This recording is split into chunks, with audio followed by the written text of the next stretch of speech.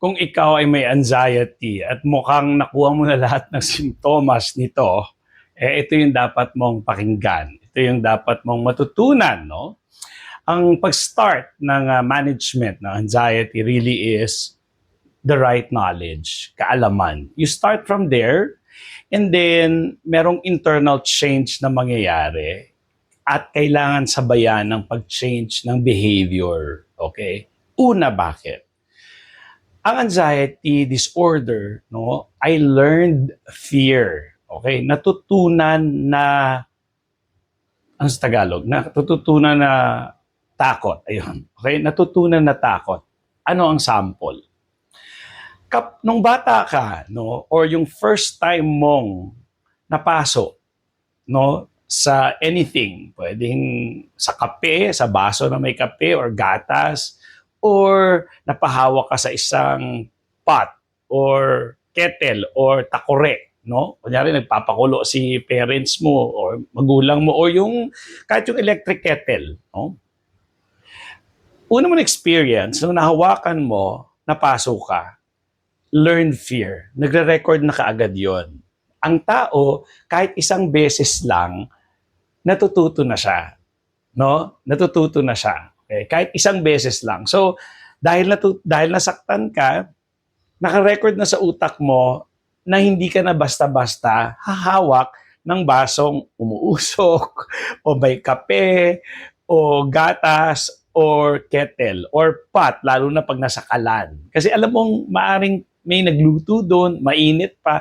So ikaw, natutunan mo na ay hindi pala pwede. So ibig sabihin nun, learned fear. Natutunan na takot. Okay? So, ngayon, meron din, base sa habang lumalaki ka, may natutunan ka rin strategies. Okay. So ngayon, hindi ka basta-basta hawak. So ang gagawin mo muna, dahil natutunan mo, yung kettle, hawak-hawakan mo ng ganun. Mainit ba?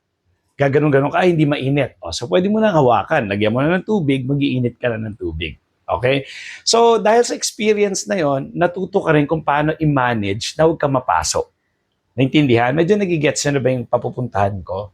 So, kung learned fear siya, ito pa ha, ang tao, through repetition, nagiging automatic response na natin yung anuman, whether response natin sa takot o yung pagmamanage natin sa takot. Okay? Dahil sa repetition, pati ang mga hayop, dahil repetition. For example, yung aso ninyo, kailangan lumabas ng alas 7 kasi magpupoops na siya. So, everyday kasi ganun. So, pati yung biology ng aso, yung katawan ng aso, alam niya na kung kailan siya magpupoops. Kasi alas 7 na ng umaga, ilalabas na siya ng owner niya. So, imagine nyo, una, hindi alam ng aso, ba't kami lalabas? Tapos, hihintay mo siya, pupoop siya doon. Tapos, araw-araw niyang ginagawa yun. So, pati yung katawan niya, nag-a-adjust na dapat alas 7 ng umaga, magpupoops na siya. So, through repetition. No? So, ang mga words na kailangan nyo maintindihan dito is learned fear or natutunan na takot at repetition. Okay.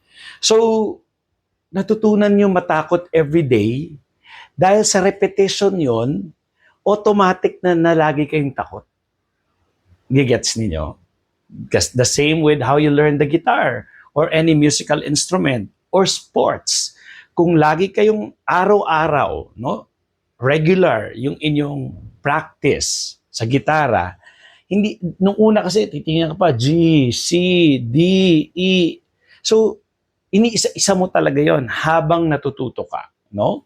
So, hindi ganun kadali. But, it will take time and practices many times na hanggang sa isang araw, aba, ang galing-galing mo na. Talagang C, D, E, ang bilis-bilis na.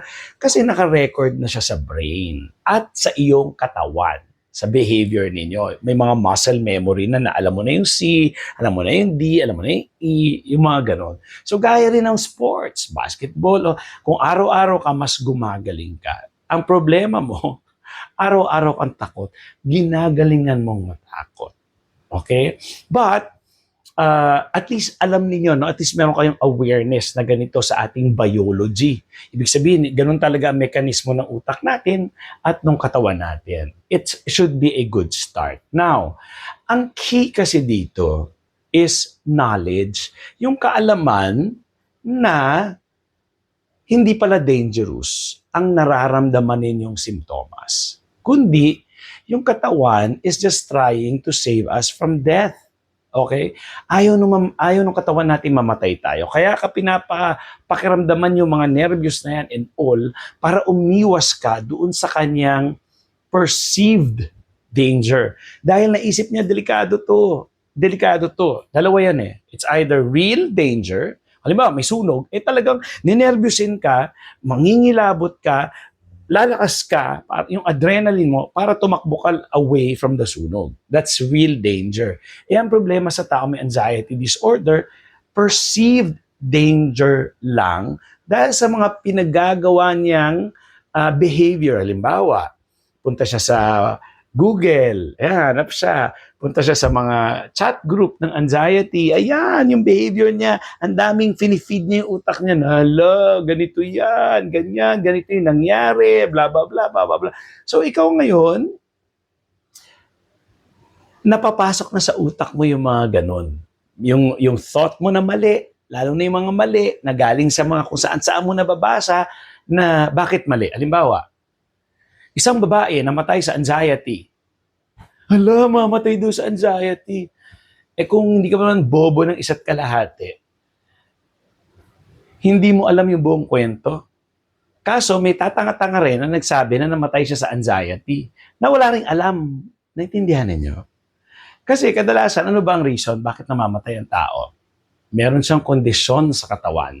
May malubha na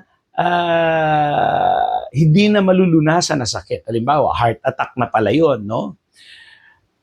Dahil hindi niya nagpapacheck up yung kanyang puso, namatay siya sa heart attack, no? Pero, akala ng mga tao dahil dun sa anxiety niya.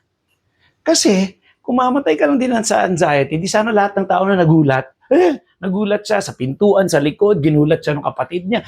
Di sana namatay na lahat ng mga taong nagulat kasi anxiety yun eh. Sana lahat ng taong nag-roller coaster, mamatay na lahat kasi natatakot sila sa roller coaster. Sana lahat ng nanganak na babae for the first time, dahil sa anxiety at yung sakit ng panganganak nila, di sana namatay na sila lahat kung anxiety lang din naman yung magkukos ng death. So ibig sabihin, kala mo, paniniwalaan mo agad yung nakikita mo na kulang yung information.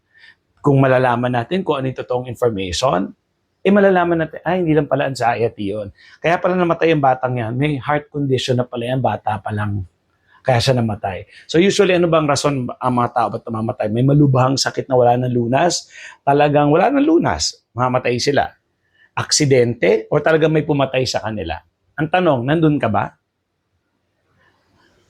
Hindi porket nararamdaman mo yung mga masasamang pakiramdam na yan, mamamatay ka. And this is something you need to understand with anxiety disorder. At bago tayo mag 10 minutes na bitin ako, pwede nyo akong kausapin. Dito lang po, ayan, basahin nyo na lang po dyan sa screen kung saan ako makokontak. May bayad po tayo, pero dahil tulong ito, kayo magsasabi sa akin kung magkano yung kaya ninyo. Kasi napakamahal po ng cognitive behavioral therapy. No? Nag-range siya, ay naku, nung ako lang nung nag-take ako niyan, around 6,000 for 6 sessions only yun around 6,000. Kaya dahil tulong nga ito, kayo magsabi sa akin, magkano yung kaya ninyo, at kapag nakita kong fair sa oras ko, sa skills ko, sa experience ko, pagbibigyan kita. By the way, I'm a graduate BS Psychology and I have Cognitive Behavioral Therapy Certificate from CBT Australia. Nag-aral po ako sa Australian yan. Okay? Para sa sarili ko at ngayon ginagamit ko na para makatulong sa lahat. Okay? So kailangan po diagnose tayo ng doktor na talagang kayo ay may anxiety lang at walang organic na sakit sa katawan. Okay? So with that, maraming salamat.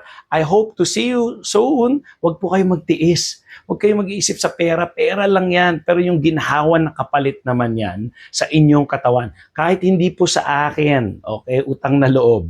Basta ang sinasabi ko lang, kung meron kayong pera, maghanap kayo ng cognitive behavioral therapist. Yan po ang gold standard to manage anxiety and depression and other mental condition sa buong mundo ngayon. Yan ang first line of defense.